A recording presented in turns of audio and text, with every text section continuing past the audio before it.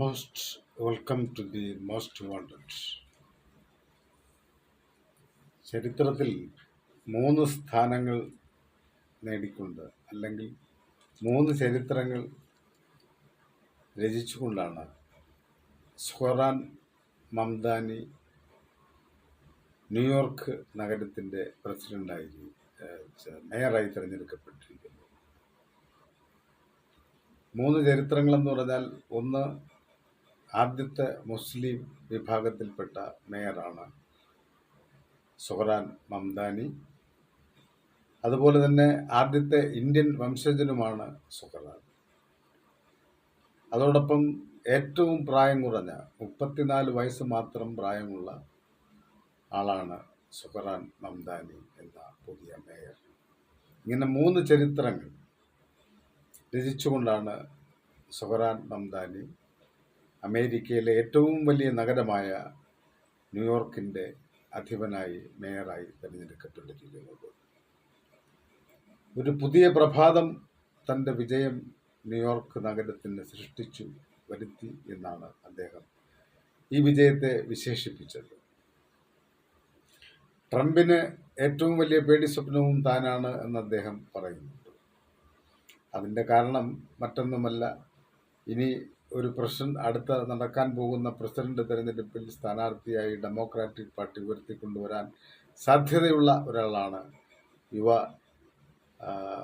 മേയറായിട്ടുള്ള ചെറുപ്പക്കാരനായിട്ടുള്ള സുഹ്റാൻ മംദാനി എന്ന പേടി സ്വപ്നം ഡൊണാൾഡ് ട്രംപിന് ഉണ്ട് എന്നുള്ളത് ഒരു പരക്കെ അമേരിക്കയിൽ പ്രചാരമുള്ള ഒരു രഹസ്യമാണ്. അത് പക്ഷേ പരസ്യമായ രഹസ്യമാണ്. എന്തായാലും ട്രംപിന് ഉയർച്ച നൽകിയ അതേ നഗരം തന്നെ, ന്യൂയോർക്ക് തന്നെ, ട്രംപിന് തകർച്ചയും നൽകാൻ കഴിയും എന്നാണ് ഈ ഫലം തെളിയിക്കുന്നത്. സുഹ്റാൻ വിജയം നേടിയ ശേഷം അദ്ദേഹം അവിടെ ന്യൂയോർക്കിലെ ഒരു വലിയ ഓഡിറ്റോറിയത്തിൽ തടിച്ചുകൂടിയ ജനങ്ങളെ അഭിസംബോധന ചെയ്തുകൊണ്ട് പല കാര്യങ്ങളും പറഞ്ഞു. അതിൽ അദ്ദേഹം ജവഹർലാൽ നെഹ്റുവിൻ്റെ ഇന്ത്യൻ സ്വാതന്ത്ര്യ തലേന്നുള്ള ഒരു പ്രസ്താവന ഉദ്ധരിക്കുകയുണ്ടായി. ചരിത്രത്തിൽ വളരെ അപൂർവമായി ഒരു നിമിഷം വരും, അപ്പോൾ നമ്മൾ പഴയതിൽ നിന്ന് പുതിയതിലേക്ക് ചുവടുവെക്കും എന്നാണ് പറഞ്ഞത്. ന്യൂയോർക്കിലെ തൊഴിലാളികൾ വർഗത്തോട് അദ്ദേഹം പറഞ്ഞു, ഭാവി നമ്മളുടേതാണ് എന്നാണ്, നമ്മുടെ കൈകളിലാണ് എന്ന് സുഹ്റാൻ പറയുകയുണ്ടായി. ട്രംപിനെ പോലുള്ള കോടീശ്വരന്മാരെ നീതി വെട്ടിക്കാനും ചൂഷണം ചെയ്യാനും അനുവദിക്കുന്ന അഴിമതി സംസ്കാരത്തെ തുടച്ചു നീക്കുമെന്നും സുഹ്റാൻ ആദ്യത്തെ വിജയപ്രസംഗത്തിൽ പറയുകയുണ്ടായി. ഞാൻ ചെറുപ്പക്കാരനാണ്, മുസ്ലിമാണ്, ഡെമോക്രാറ്റിക് സോഷ്യലിസ്റ്റാണ്. ഇതൊന്നും ഞാൻ മറച്ചു വയ്ക്കുന്നില്ല, തള്ളിപ്പറയുന്നില്ല.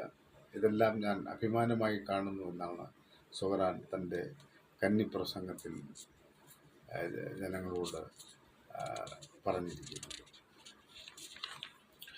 അതുപോലെ തന്നെ ട്രംപിൻ്റെ പിന്തുണ ഉണ്ടായിരുന്ന സ്വതന്ത്ര സ്ഥാനാർത്ഥികൾ മുൻ ഗവർണർ കൂടിയായ ആൻഡ്രൂ ക്യൂമോയെയും റിപ്പബ്ലിക്കൻ പാർട്ടിയുടെ സ്ഥാനാർത്ഥിയായ കർട്ടിസ് സിൽവയെയുമാണ് സുഹ്റാൻ പരാജയപ്പെടുത്തിയത്.